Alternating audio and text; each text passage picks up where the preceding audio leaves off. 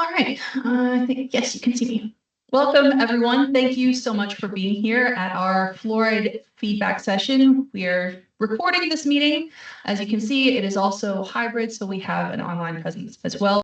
We also have translators here. For anyone who would like to communicate in Spanish or Russian, please see them at the back of the room. They are ready to help. Couple of ground rules. This is not a forum for discussion, questions, or debate. So what we're going to do is each person is going to have the opportunity to speak for up to 3 minutes. My colleague Laurel is going to have the timer up on the screen, and we'll be keeping track of that. You'll have your feedback collected and submitted to City Council before the council makes a decision on whether to continue adding fluoride to city drinking water. So this feedback session is focused on people who live, work, or attend school in Pasco. So we're going to ask you to give us that relevant information before you get up to speak. So for me, it would be, good evening. My name is Alyssa Warner, and I work in the city of Pasco. Please be respectful of everyone here. I'm sure this will not be a problem at all, but please refrain from commentary or applause. As you see, we have a lot of people here. We have even more people online. And we want to make sure that everyone has their time and their ability to be heard. Again, not a debate. We're not going to be doing rebuttals, and we're not going to let people cede their time to somebody else. So you get 3 minutes, and that's your time. And finally, if you would prefer to write down your comments, or if you have more to say after the 3 minutes are up, we do have our online site that is, you can fill the form out anonymously anytime. This is that QR code, which you can scan with your phone. The website is also pasco-wa.gov/water. Really simple. We all know it. So if you need help with that, please let us know. Again, thank you so much for being here. And we are going to get started. For people online, we're going to ask that you raise your hand if you would like to speak virtually. There should be a button up at the top of the screen where you can say, I want to raise my hand. Then I will call on you. We're going to alternate between people in person and people online until everyone has had a chance to speak. So thank you. If any of you would like to be brave and be the first one up, be my guest.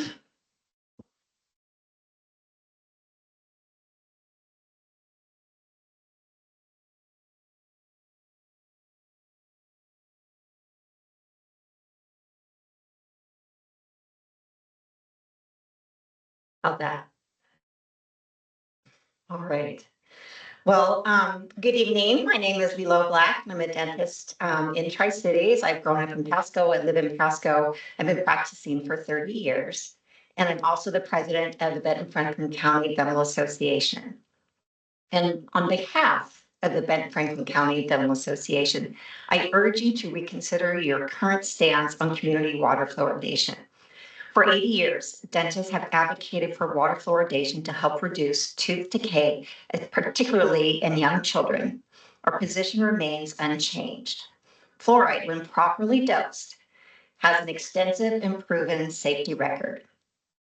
Fluoride is an effective tool in preventing cavities.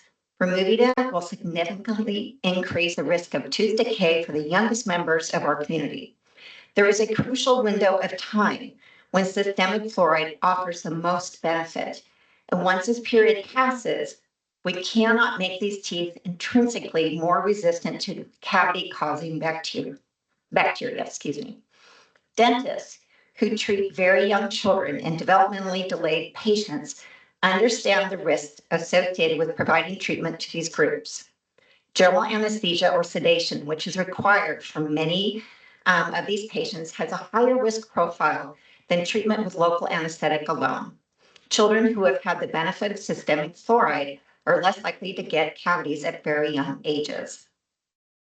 In the 1990s, Franklin County had the highest decay rate in the state, which qualified us for a fluoridation grant.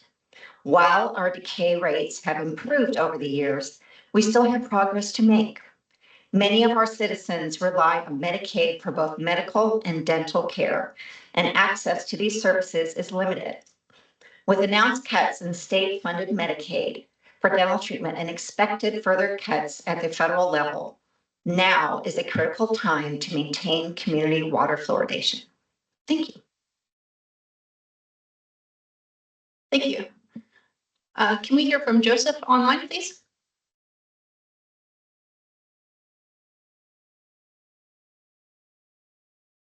There we go. Can you hear me? We can hear you. My name is Dr. Joe Francic, and I do live in Pasco. I want to thank you for the opportunity to speak with you tonight. Pasco has added permissible low-level fluoride to their drinking water since 1998. For 27 years, Pasco has been protecting the public's teeth and oral health with safely measured and monitored fluoride in our city drinking water. In that time, no one has shown that someone's health or teeth has been harmed by this practice. So I am at a loss to understand why the council is bringing this issue up for a public hearing for a third time. Professional licensed dentists and healthcare providers are not calling for the removal of fluoride in our drinking water. So as my elected representatives, I expect you to use facts in your decision making. I expect you to rely on scientific peer-reviewed studies when making health decisions for our citizens.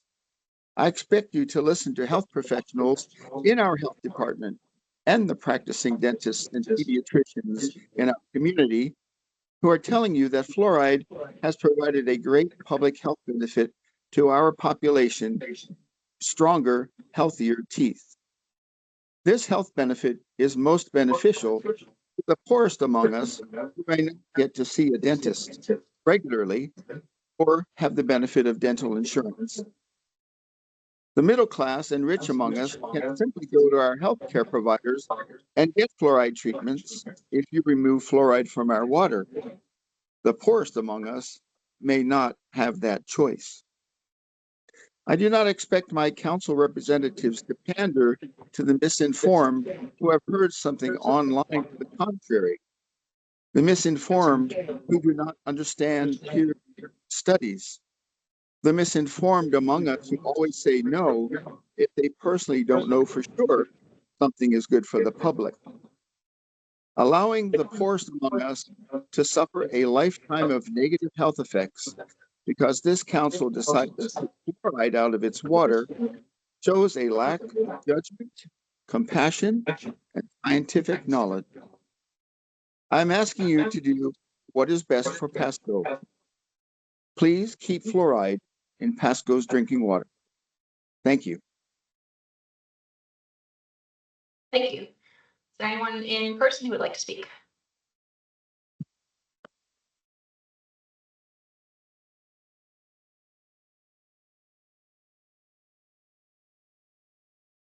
Good evening. My name is Andrew Bagley. I'm a general dentist in Pasco, working at Bagley Dental, which is next to the Fairchild Cinema in Rockford Road 68. For the past 29 years, I've examined and treated tens of thousands of patients of all ages here in Pasco. I started seeing patients back here in Pasco in 1996, several years before Pasco started adding fluoride to our public water supply at the levels recommended by the American Dental Association. I want to testify that before public water fluoridation, I saw firsthand the huge number of cavities the children of our community had. According to the studies at the time, Pasco children had the highest cavity rate in the state of Washington. And what I saw in my practice confirmed this. I was overjoyed when the Pasco City Council unanimously voted to fluoridate the water supply in 1998. In the decades since Pasco started public water fluoridation, I've witnessed a substantial decrease in the number of cavities in the children who grew up drinking optimally fluoridated water. I used to see kids come in all the time with painful holes in their teeth which had reached the nerve, as well as yellow abscesses that would swell up and pop. Today, in my practice, this is a rare occurrence. What I see now is children on average have fewer cavities, and the cavities they do have are not as deep. This means less toothaches, less school days missed, and lower dental costs. I know that this is due in part from the city of Pasco caring enough about the community to fluoridate the water supply.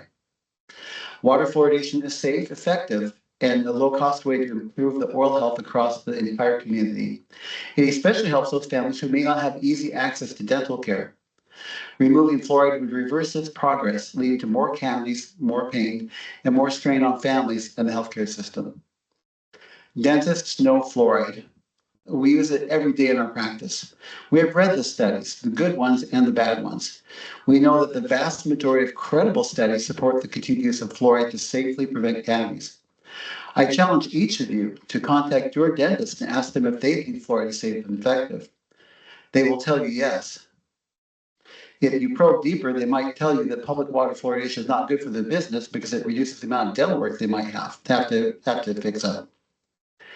But you know what? We're okay with that. We are here to improve the oral health of our community one smile at a time.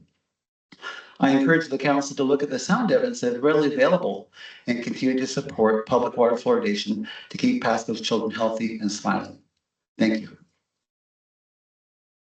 Thank you. Can we hear from Jennifer online, please?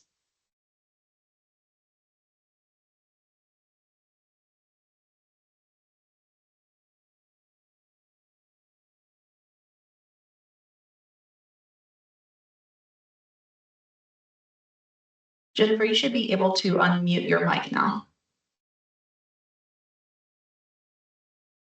Okay. Hello, good evening. Thank you for the opportunity to speak today. I'm here as a public health professional, deeply concerned about proposals to discontinue community water fluoridation in Pasco. I've been a practicing dentist in Pasco since 2016. I want to specifically address a recent meta-analysis published in the Journal of the American Medical Association that suggests fluoride's harm to children's IQ. This meta-analysis claimed there may be an association between fluoride exposure and lower IQ in children. However, this conclusion is built on very shaky ground. Out of the 74 studies reviewed, over 70% were at high risk of bias, meaning their data were either flawed, inconsistent, or poorly controlled. When only the more credible studies were analyzed, the supposed link between fluoride and IQ was minimal and statistically weak, with no consistent negative effect found.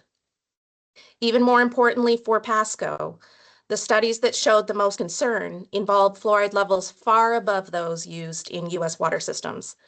The optimal level recommended nationally and used in Pasco is 0.7 milligrams per liter.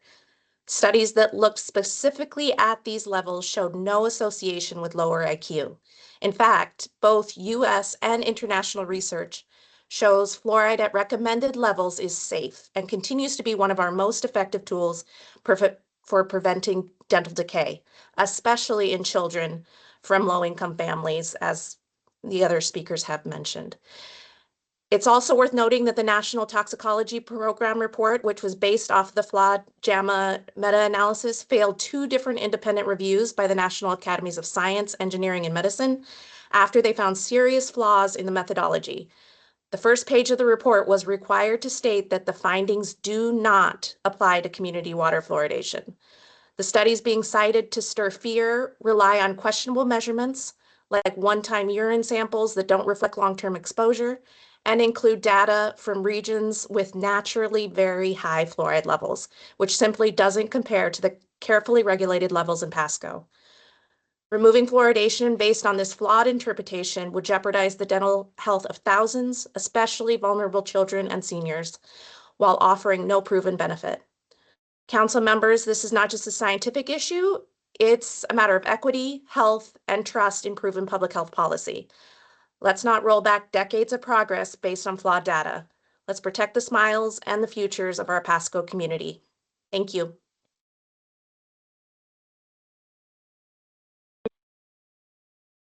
Would anyone in person like to speak?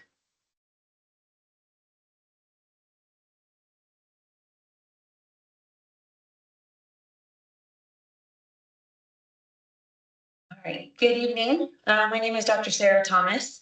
I am a dentist here in Pasco, and I'm here to highlight some of the serious challenges faced by residents with disabilities when it comes to dental care and how removing fluoride from Pasco's water would make things worse. People with intellectual and developmental disabilities experience much higher rates of untreated tooth decay compared to the general population. The CDC has documented these disparities, showing the oral health inequities for people with disabilities are significant public health concern. Here in Franklin County, access to dental care for this population is extremely limited. I am the only dentist in the area with hospital privileges to provide specialized dental care for adult patients with intellectual and developmental disabilities who require general anesthesia for comprehensive care. I see them in the operating room at Trios Health. I am able to currently see 2 or 3 patients a month due to hospital scheduling limitations, and there's a wait list of over 100 patients currently. The backlog is not because of a lack of need, but because of the limited hospital access. Many people with disabilities can't tolerate routine dental care in a standard clinic setting, and they rely on this hospital-based care. Unfortunately, when dental problems go untreated, they contribute to systemic health issues. The leading cause of death among adults with disabilities are heart disease and respiratory infections, both conditions which are worsened by untreated oral decay and infections. If fluoride is removed from Pasco's water, we will be stripping away one of the few preventative tools accessible to this very vulnerable group of people. So I ask council members, how do you plan to extend access to dental care for residents with disabilities who will lose this protection?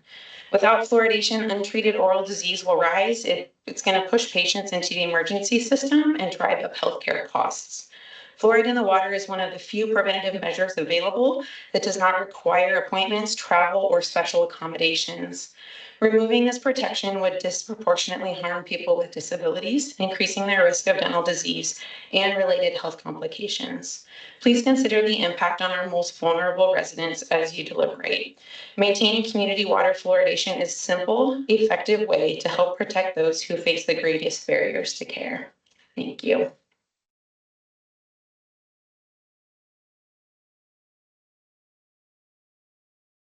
Thank you. Can we hear from Shannon online?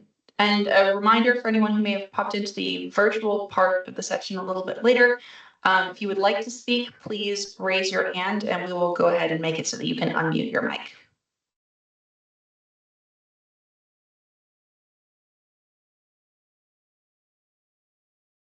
All right, I was waiting for the timer. There we go. There you go. Thank you. My name is Shannon Griggs. Hello, and I appreciate the opportunity to state my case. Well, to say my view of this. I am a resident of Pasco. I am opposed to the addition of fluoride in our drinking water. What water agencies have promoted fluoride as a medical treatment for cavities. I disagree that it's approved for consumption and that all testing was done as a topical treatment. But let's say it is a medical treatment, such as antibiotics is. What is the dose and dosage recommended?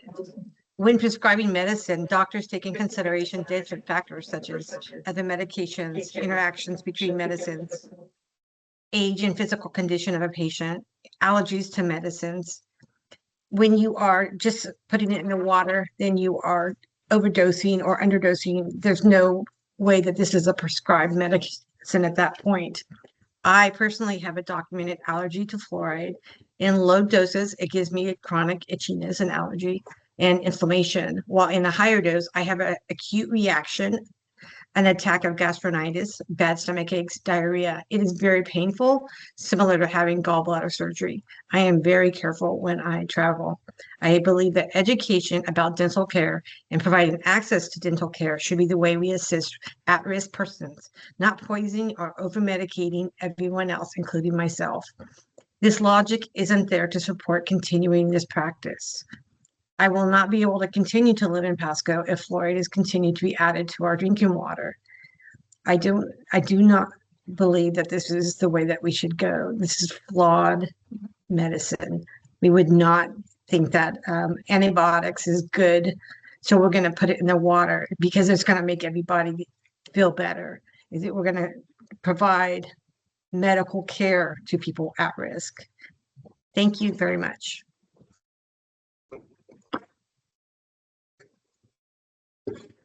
Thank you. Would anyone in person like to speak?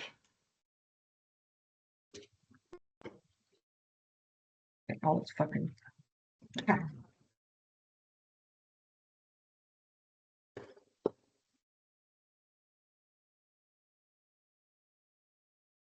Hello. Yeah. My name is Davida, and I live and am a school nurse in Pasco. I am here today to speak on behalf of the children and families in our community who are affected by poor oral health. I'm here tonight to strongly encourage you to support fluoridation in our city water because I can see firsthand how dental health affects our kids every single day. Tooth decay is the #1 chronic disease in children, more common than asthma or allergies. They cause pain, infection, missed school days, and long-term health consequences. A study published in the American Journal of Public Health found that children with poor oral health are nearly 3 times more likely to miss school than their peers. I have kids coming into the nurse's office with throbbing tooth pain. I see students who can't eat properly because chewing hurts. Nationally, dental disease causes more than 51 million lost school hours each year. Locally, I can tell you, those lost hours are real. Every time a student misses a lesson because of a cavity, that's one more step behind academically. Let's not forget, oral health isn't just about teeth. Teeth and gums are the gateway to the body. The bacteria from untreated cavities and gum disease don't stay in the mouth. They can enter the bloodstream and travel to the heart, lungs, brain, and even the gut. Research shows poor oral health can make diabetes harder to manage, increase the risk of heart disease, and worsen respiratory conditions. In other words, keeping mouths healthy helps keep the whole body healthy. The science is clear and consistent. Community water fluoridation reduces cavities across all ages. Fluoride strengthens tooth enamel, repairs early damage, and works quietly in the background, protecting kids even when regular dental visits and perfect brushing habits aren't possible. And this approach isn't new. As a country, we fortified foods for decades to prevent disease, iodized salt to prevent thyroid problems, folic acid in flour to prevent devastating birth defects, vitamin D in milk to prevent rickets.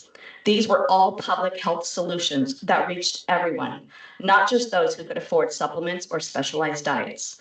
Fluoride in the water is the same, simple, safe, and equitable. As a school nurse, I don't want to keep seeing children sidelined by something as preventable as a cavity. I want them in class, focused, learning, and thriving. Keeping fluoride in our water helps level the playing field so all children, regardless of income or zip code, have a better shot at staying healthy and in school. No child in Pasco should fall behind in school because of a preventable tooth decay. Thank you.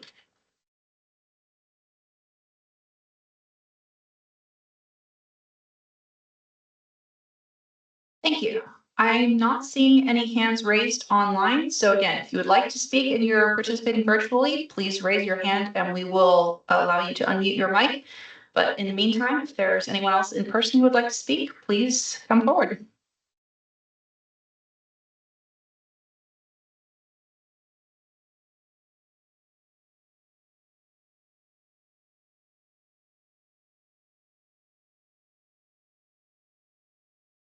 Let's be honest, sometimes it feels like people care about animals more than they do about people. You see a hurt dog on the road, people stop. You see a kid in pain, people look the other way. So fine, let's talk about animals, because animals don't lie. They don't care what's in your bank account or which political party you belong to. They just stay. They love you, they protect you, even when the world doesn't. And that kind of loyalty deserves protection in return. But let's take you back for a minute. I was adopted from an orphanage when I was just 3 years old. By the time I got here, most of my teeth were already rotting. Every single tooth had a cavity. I spent hours in the dentist chair as a little kid, getting them filled with silver. It was painful, it was exhausting, and it was expensive. But I was lucky. My adoptive family had the money to fix what was already broken. And that's the difference. Because in this country, your dental health doesn't come down to effort. It comes down to your tax bracket. And that's why this fluoride debate matters so much more than people think. It's not about politics. It's about access. It's about prevention and it's about love, especially for the ones who can't speak up for themselves. I saw that again with my dogs. When they were puppies, I did everything, fluoride in their water, brushing their teeth, dental bones, vet visits. I even let them chew on toothbrushes when they were teething. But somewhere along the way, I stopped using the rinse. Life got busy, I forgot. Now they're 10 and I see the plaque building up. I see the danger because dental disease doesn't stay in the mouth. It spreads to the heart, the kidneys, the bloodstream. It can shorten lives in dogs, in people, and in kids. So yes, I've started using fluoride again for them because if something that simple can give me just one more day with them, why wouldn't I? But as much as I love my dogs, and I do, they're not the most important reason why I'm speaking today. The kids in Pasco are, because while my dogs got better dental care than I did in that orphanage, there are children in the city who haven't seen a dentist in years. I haven't even gotten my teeth cleaned in the past 2 years due to a waiting list. Children in pain, children missing school, children who don't have a voice in this debate. So if I'm willing to fight this hard for my dogs, you better believe I'll fight even harder for them. This isn't about left or right, it's about right and wrong. And the right thing is to protect the ones who can't protect themselves. The children in Pasco matter more than politics. They matter more than fluoride. They matter even more than the two animals I love most in this world. Let's fight for them because their smiles and their lives are worth it.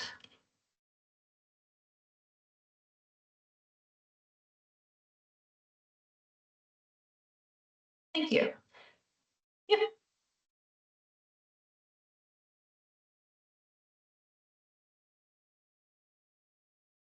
Thank you for letting us know.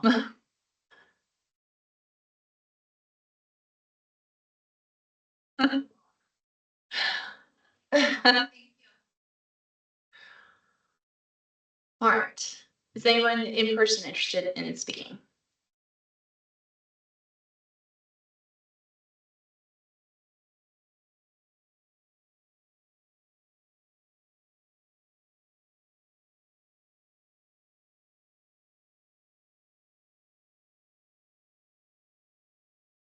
Good evening. My name is Dr. Spencer Gillette. I'm a retired dentist, having practiced here for 42 years in the city of Pasco. I live at 4509 Desert Drive. I was going to start off my speech by thanking the council members for being here. But as you can see, they're disrespecting the people that took time out of their days and were prepared to speak this evening. I have dealt I've dealt with many city councils in Pasco over my 60 plus years of living here. I have never seen a council disrespect the citizens of Pasco like this council is doing this evening. This shows the unwillingness of this council to study both sides of the issue and make a decision based on the best interest of its citizens. Decisions regarding fluoride should be driven by clear evidence, scientific rigor, and generally accepted data instead of conspiracy theories and political rhetoric.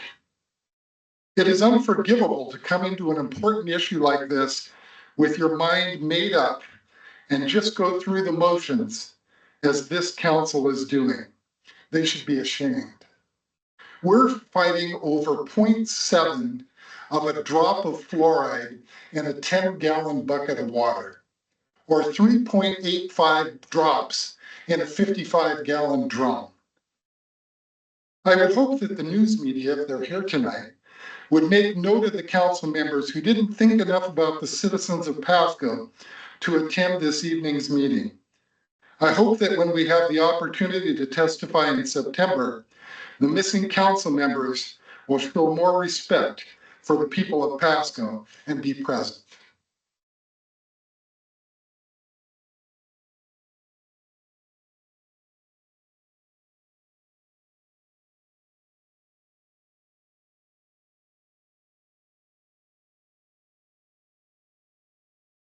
Sir, did you want to speak as well?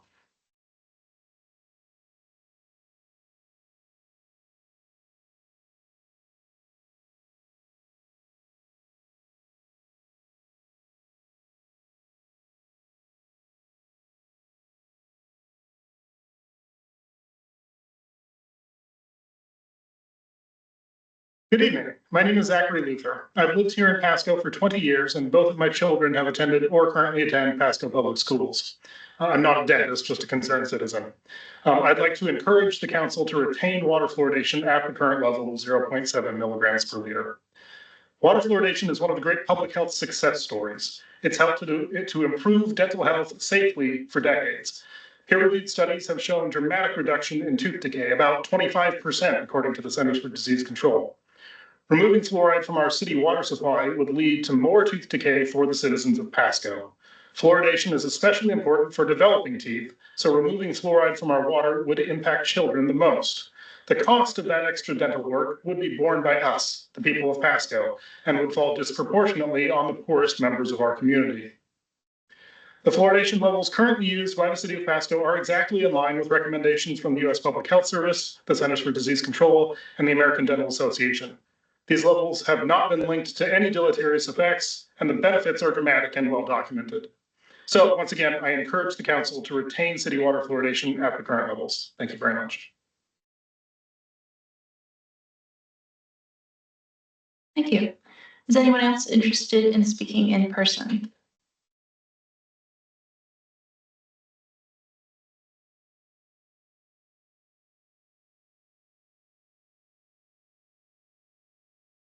Hello, thank you for being here. My name is Bart Roach. I'm a practicing dentist. I grew up in Pasco. I'm an uncle to 25 children in Pasco that I can think of, and 2 of my children go to school in Pasco. And I want to highlight a few things about the studies that have already been documented, but also to say that this is not a new issue. Although it has recently been so well documented in the news and now arriving us where we are as a politically contentious hot button issue. In 2009, Pasco was polled about the fluoride in the water, and 77% thought it was a good idea to have fluoride in the water. 88% of Hispanic polls stated that they believed that it was good to have in the water. There's international acceptance of the benefit of well-regulated fluoride in either the water or in addition to salt in places where they don't have good control over the community water. The United States, Canada, Australia, Ireland, Austria, Germany, France, Switzerland, Chile, Brazil, Malaysia, Singapore, all countries that I have great respect for, fluoridate their communities one way or another. This current hysteria is based upon a series of studies from China and India with a whole host of issues that make the conclusions drawn from those studies suspect. But as a result, which I'm thankful for, much research has been done recently to confirm the safety of appropriate levels of community water fluoridation. Suffice it to say, when community water is fluoridated at the appropriate amount, there is no effect on cognitive ability, IQ, executive motor function. Since this data has become more of a hot button issue in politics, a well-designed study of over 80,000 individuals in Australia from 2021 showed that there was no effect on IQ. There will be many people that will state the deleterious effects of fluoride, but I want to reiterate the position of the ADA that as a science-based organization with healthcare professionals dedicated to improving the oral and overall health of the public, the ADA welcomes future US-based research and data relevant to the country's practice of optimal fluoridation. The ADA has yet to see any peer-reviewed published research that would alter its long-standing position that optimally fluoridated water is beneficial and safe for the oral health of the public. Dr. Kessler of the ADA. Thank you.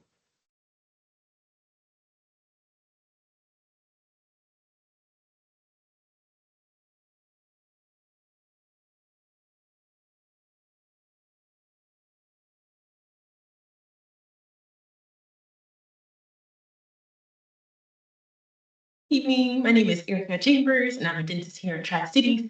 I see lots of patients from Pasco. I am here to speak about who will be most affected if Pasco removes fluoride from the public water system. In Washington State, over 20% of residents are covered by Medicaid, and nearly 5% are uninsured. That means 1 out of every 4 people in our communities either struggle to access dental care or don't have insurance at all. In Pasco specifically, those numbers are just as high, especially among children and working families. For many of these residents, community water fluoridation is the only consistent form of dental prevention that they receive. It's safe, cost-effective, and available to everyone regardless of whether or not they have insurance, transportation, or a dentist who accepts Medicaid. And we know that it works. In Washington, more than 60% of low-income children have already have dental decay by the time they reach kindergarten. Without fluoride in the water, that number will go up. These kids are already facing barriers, and this would take away one of the few protections that they have.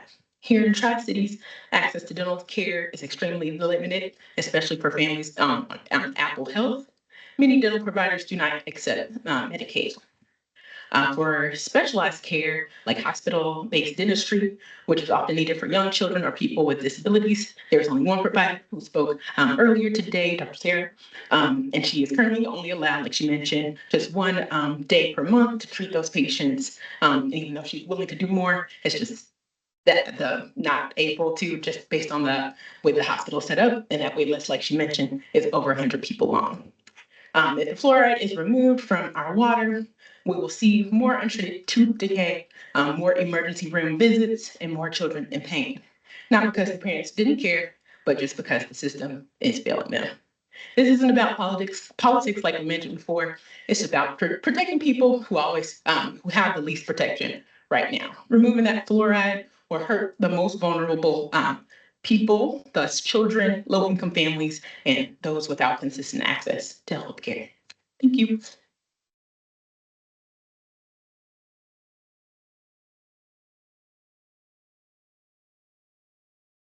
Thank you.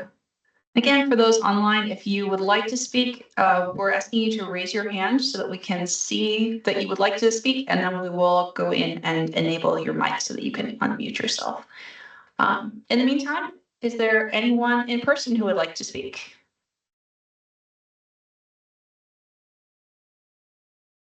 And just to reiterate what I said at the beginning of the meeting, everything we're doing here tonight is being recorded and will be presented to City Council before they make their final decisions. This is all, excuse me, this is all part of that record and part of the information that's going into that decision.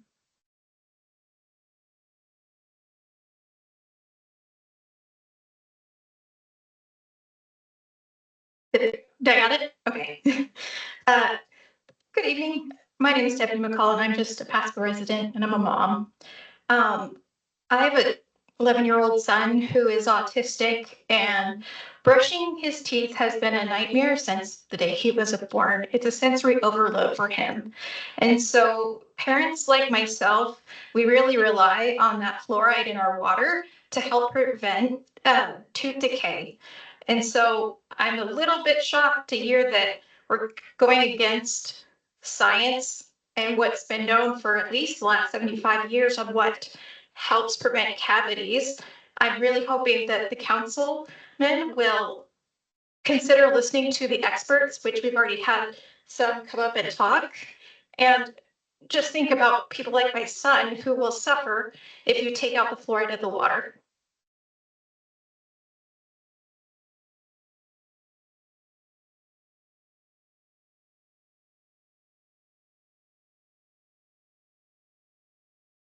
All right, we will continue with in person. If anyone would like to speak, you're welcome to come forward.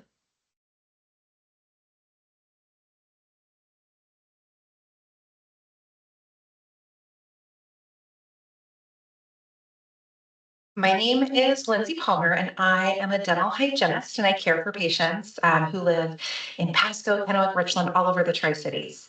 And I want to tell you something that I have learned not from textbooks or politics, but from the mouths of children. Within minutes of seeing a new child in my chair, I can almost always tell if they grew up in Pasco. And I'm not a mind reader. It's what I see. Their gums are red, their gums are bleeding. The gums always tell the truth. We know when you're not flossing. You don't have to tell us. They have all the signs of poor flossing, poor brushing. Because let's be honest, most kids do not have anywhere near perfect oral hygiene. But when I look at the x-rays and I look at their teeth, I see no cavities. Their enamel is intact. Their teeth are strong.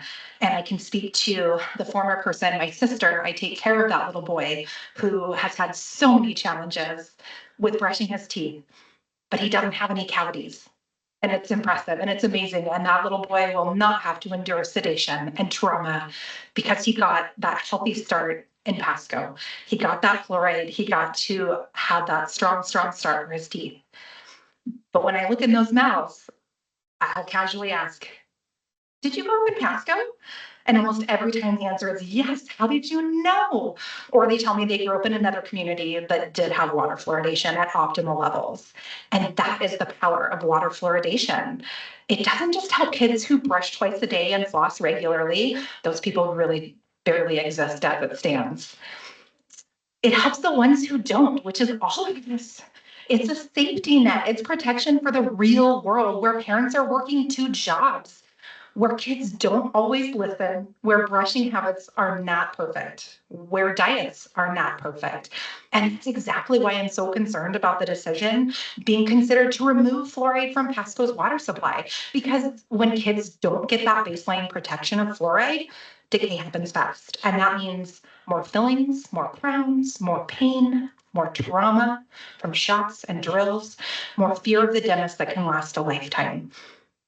It also means higher costs for families and for taxpayers, because especially when children are on Medicaid, we're paying the bill for that too.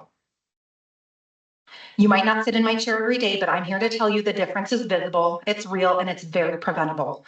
Please don't take away a tool that protects Pasco's children, not just the ones with perfect brushing habits, but especially the ones who don't.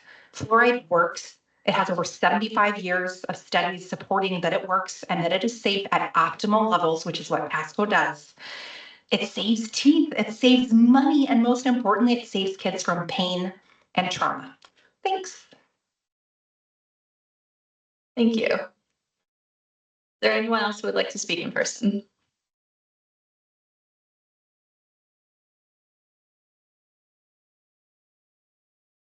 Joe West, Pasco resident and certified drinking treatment plant operator for, I was trying to do the math, I think it's 24 years. And I have to appreciate your presentation. I don't know if I'm gonna go on floss now. I think that's what I'm gonna do. I feel really guilty. But having, been on the front lines, I didn't show up in scrubs today. This is about as scrubby as I get. And working with residents of Pasco, yourselves, city council, multiple iterations. I know you guys take your mandate very seriously to protect the public. And so, as has been mentioned, fluoridation is not a new topic. It's been around for many, many years. I personally am very excited that the council is at least relooking at the mandate of, do we want to be medicating our community? Every water user, every resident, without question, gets medicated. And I think that to me is the underlying issue to be presented here, is not to argue about scientific studies or who's right or who's wrong or who's more informed, who's less informed, who's ignorant, who's not. And so that question, I think, strikes at the core of what it means to be a member of the community and to rely on our city council to look out for our best interest and to allow residents to choose. Our country's founded on freedom and liberty, and what we're receiving now is anything but that. And so I appreciate the city council being able to take a look at this and really ask themselves if medicating communities in their best interest. Having worked for many years with colleagues at DOH, American Dental Association, Washington Dental Foundation, many of our colleagues in the dental community, it became more and more apparent over the years and decades of working and in Pasco that this wasn't something that's very effective. And, you can do some napkin math very easily with our production rates and find out that our fluoridation program is 99.993% ineffective. That's fairly common knowledge. And so would we be better spent assisting our community in other more creative ways. You know, fluoridation, as was mentioned, has been around for a long time. This is 2025. You know, we are at the forefront of being able to make some incredible changes in our community. And some of those have been seen in what's been presented tonight. And that's super encouraging. We want to do more of that. So I appreciate the chance to at least come up here and speak and be heard. You know, removing fluoride from drinking water is incredibly difficult. Super easy to handle. A couple drops in a gallon. Removing it is incredibly difficult and costly. Unfortunately, those at most risk in our community don't have the option. Thank you. Thank you. Anyone else like to speak?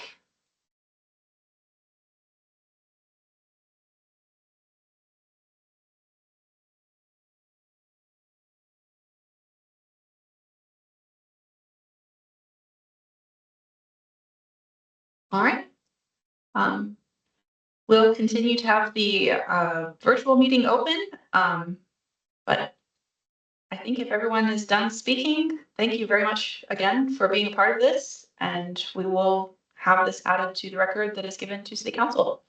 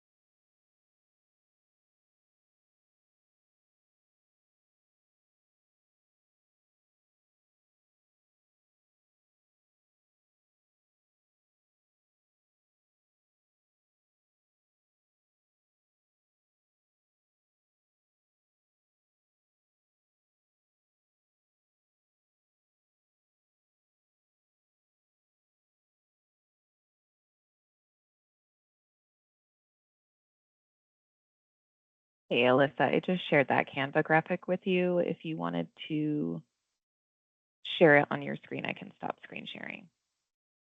Sorry, disembodied voice from the sky.